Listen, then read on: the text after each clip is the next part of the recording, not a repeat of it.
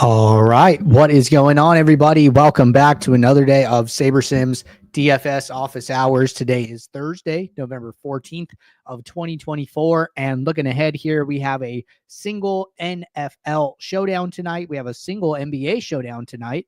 And then we have a 10-game NHL slate. So it should be a fun day of DFS.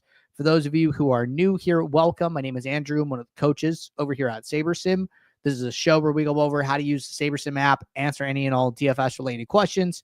Get your questions in one of three ways here. First off, send us an email, support@sabersim.com. Second, post it live in the YouTube chat.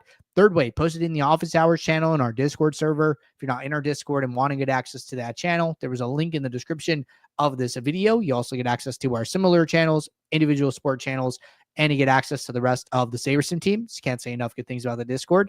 But with that said, we do this show Monday through Friday, 4 p.m. Eastern, and we do this show on Saturdays at 12:30 p.m. Eastern. And then we have our build review show that we do twice a week, typically Mondays and Fridays at 5 p.m. Eastern. All right.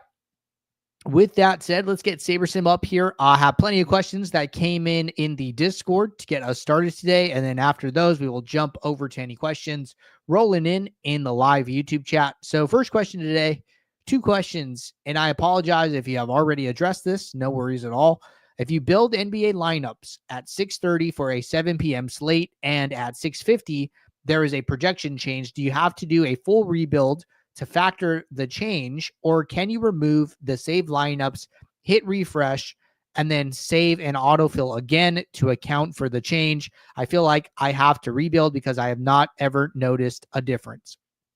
All right, good question. So the most important information as to whether or not you should change is going to come from the Discord, where we are summarizing the significant projection changes for the players. So for instance, if a sim runs right, what changed, right? That is going to be the most important question you need to know in order to figure out, hey, should I update or not, right? So for instance, this is from yesterday from the Discord here. And what I would do is say that, or wait, hold on, lost it. Let me get this back. All right. So if I'm in NBA and I am looking at this, right? So there's two types of sims, right? One sim runs and it says no significant projection changes. Another sim runs and then it says, Huff moved 4 points, right? That's pretty big, a 4-point adjustment. So I would probably want to at least rerun my contest sim for this additional information, right? So that's the first thing that you got to think about is like, hey, what additional information is coming in here that I want to update for? The second part would be, what should you do if there's no significant projection changes?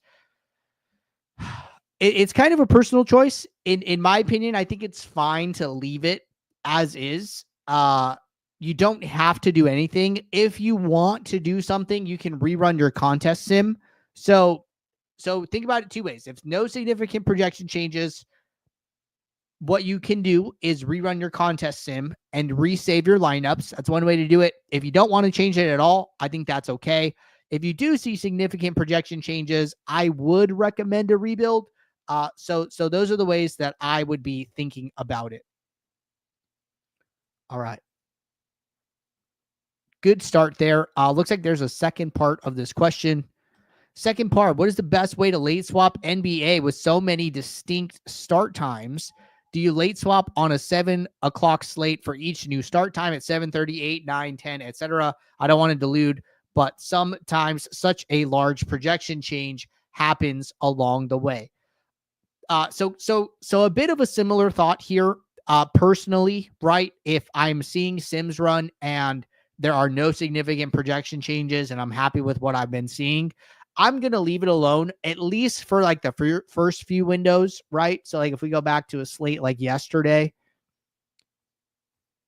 and we just go and look at the start times. So here's the thing about NBA, right? First game might start, for me at 4 o'clock, but the actual game doesn't start playing till like 4:10, right? And then I probably got to start my swap by like 4:20 to get it done in time. So by that point, only about 10 minutes have elapsed in the game, and I am, what live information can really happen in 10 minutes in an NBA game, at least, that is going to make significant difference in like live projections, right? It's probably going to be more noise than anything, unless, Gabe Davis has like a 90-yard touchdown to start the game, which has like happened before in the NFL. So that's like one thing, right? But obviously the start times in NFL aren't that close. So at least in NBA, I don't think it's that important to like swap in the first window. And on a slate like this, I probably wouldn't even swap in the last window. But if I was playing on FanDuel yesterday where they had like all the games, if we go to FanDuel. So FanDuel's a little different, right? You do still get the access to the live projections if you're on Ultimate, but you don't have the live ownership, right? But even so, let's say nothing changes in this game and we get to the late games, and even in the late games, there's no significant projection changes. I would probably do a late swap just to account for the live projections up to that point. Now, there was plenty of news to be accounted for to warrant a late swap anyways, but I would still be going in there and doing a late swap just to account for live projections, because so many of these games have played out, and the 4:00 games probably over. The 4:30 games might be over. 5:00 games are probably in like the third or fourth quarter. There's a lot you can learn about the slate at that point that you want to account for with live projections. So no one size fits all answer. Going to be a little slate dependent. So I hope that these ideas gave you some thoughts there. All right, next question. When late swapping, what's the easiest way to preserve specific lineups from the original set from being late swapped? If I built, say, 11 original lineups, but I want to late swap 8, then leave 3 untouched, what's the easiest way to do that? I want to preserve some contrarian lineups that the late swap just automatically is going to swap out of. So right now you can't do this. And good news is that this is going to be changing with our late swap update. So we're doing that big late swap update on SaberSim beta right now. And on the beta, you're going to see that in the late swap, you're going to have this control, right? If you guys missed it, Jordan did a walkthrough with Scott recently talking about the new changes to beta. They've actually done 2 of those videos, but in the most recent one, it was a little more in depth, and Scott actually showed like, hey, you can check one single contest at a time and select which lineups from that contest you want to swap, right? So this recent video, new and improved SaberSim late swap walkthrough, was the original one. And then the second one was this one, more late swap beta features. So I will drop this one here in the chat for everyone to check out. But this one is going to show you how you can select certain lineups within a contest, a late swap, and leave certain ones undone. So that update is still being worked on. If you're on Ultimate, you can access it by using your regular login credentials at beta.sabersim.com. But that is a feature that is on the way for the exact use case you're talking about. All right, next question. This is for NBA, but kind of applies to NFL for me. My normal NBA Classic slate is 3 20 max contests and a couple single entries, 1 single build, autofill unique, usually just adjustment uniques, for adjustments. For the most part, my contest ROI for the 20 max is usually near the top, which is great, but struggle a little bit more in the single entries. It's still positive, but seems to be lacking. Any suggestions, separate builds, maybe? So I'm not 100% sure. I don't have any huge thoughts off the bat. What I would probably be doing is looking at your single entries across like a week, right? So like you're saying like, hey, I'm playing a couple single entries. So let's say you're playing 3, right? I would probably be looking at an entire week's worth of single entries and then kind of coming to like an opinion on how my single entries are doing from the entire week there. And then kind of trying to make some adjustments. And if I were to make adjustments, what I would be doing is I would be looking at the top lineups in the contest saying, hey, what are the top single entry lineups doing and what do they look like and why are they different? How are they grading out better than how my lineups are grading out? And honestly, that's probably going to be the best way to figure out how to get better in that specific contest type is by studying lineups that are doing better than you, right? And one of the best ways to do that, if you go to Saber School up here in the top right, you go to SaberSim 101, you go to this SaberSim study and review, study the sharks, reviewing past slates with the Saber system.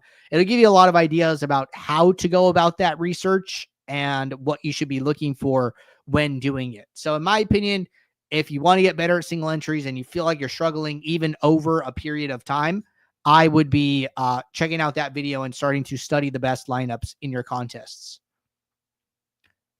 All right, next question. Are SaberSim field lineups a product of SaberSim ownership percentages, or is ownership projections a product of the field lineups? I thought I knew the answer, but my assumptions have been way off base all year. Good question. So the field lineups are built first. We call it like an ownership build. And then the exposures of the players in the ownership build become the ownership projection. So what we do is we build the ownership first, and you can see this in the contest tab, right? I go to contests, and I can pop open any one of these sets here using this. Oh, wait, that's to go to the contest. I'm sorry, I got to do it in the field lineups. Field lineups, I click the pop out. It's going to bring up the field lineup set. So like, hey, you know, this is the set of field lineups. These are the stack constructions, team stacks, player exposures, etc. here. So you can see like the exposures are loading. So this was for, I believe, the flagship MME one. And we see Jared McCain, 63.6% owned in high stakes MME, I guess.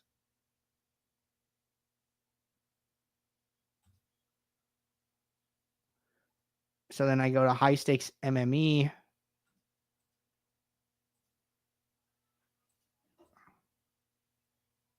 And McCain, 63.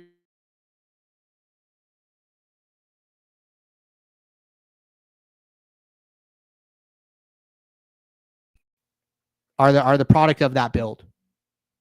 All right, good question. Next one. I noticed for NBA and NFL DFS, Giant Squid and last Sunday's Millie Maker with negative ROI are taking down contests. However, the poker player in me tells me to ignore that and it should even out. I'm a tight player in poker and only play premium hands.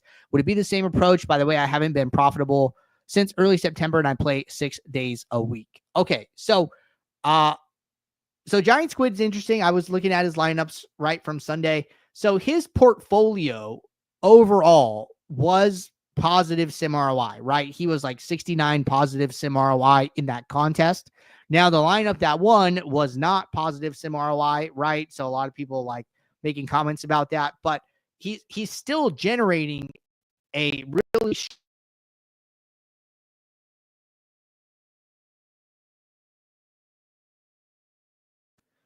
when you're mass lineup that you enter be positive ROI. It's like I would be surprised if people are entering 150 lineups and every single lineup was positive sim ROI, right? But how are you doing overall, right? What does your set ultimately look like? Is honestly, in my opinion, like a better thing to look at, because individual lineups can be a little noisy, but when you're looking at all 150, then you get like a little bit better like sample size. So where's Squid? Yeah, positive 69%. But his one lineup that won was negative. So that happens, right? But I mean, for me, the more important takeaway is like he is entering strong sets of lineups, and like, hey, that lineup ended up coming through for him. So I wouldn't read too much into the one single lineup and ignore the other 149 lineups is basically what I'm trying to get at. And then Jim, if I believe we reviewed your lineups recently, maybe even Monday. So in case you missed that, check out that build review. If not Monday, then maybe it was Friday. So hopefully those tips and tricks I gave you can help you out.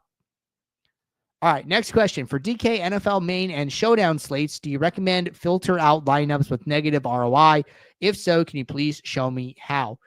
Yeah, I do recommend filtering out lineups with negative ROI. So, like, for instance, for today, we go back to NFL showdown tonight.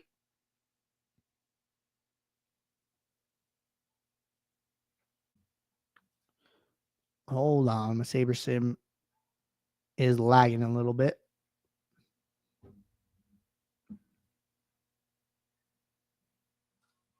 All right, so we're back. 2 adjustments, 2 projections. Kick off this build. We'll just do 2K lineups. Go to the contest tab. I'm just going to create a contest sim for the flagship tonight, not the Millie Maker.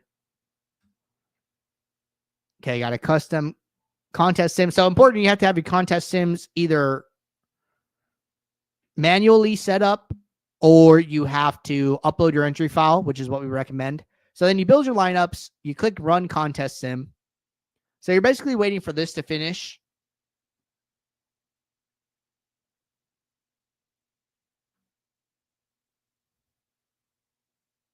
And we're just waiting for the contest sim to finish right now.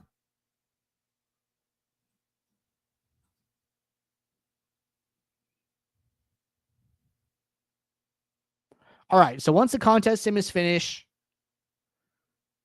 and you see the ROI metric available to you, you can even see the values underneath each lineup. Go to filters, and then you go and create a filter that looks like this, where you say show lineups with ROI greater than 0. Now, the important thing is that if you have an entries file, you can use target ROI. If you do not have an entries file and you created one manually like I did, go to flagship MME, go to ROI, and then go to greater than 0. So target is looking for a contest in there. But if you have a manual one, you need to set it to that manual contest sim. And then you set it up. I renamed it because it will always be there for me. And then I can see that it has moved 1,500 lineups to the trash. So that is how that works. All right. Good question there. And just want to let everybody know, signing up for the build review show. I am logging you guys and putting you guys on the list. And our next build review show will be tomorrow at 5 p.m. Eastern. But looks like we're all caught up here in both the Discord and the YouTube chat. Appreciate everybody tuning in. I will be back tomorrow, 4 p.m. Eastern, for our next office hours. And for those of you playing some DFS tonight, good luck. Take care. Thanks. Bye.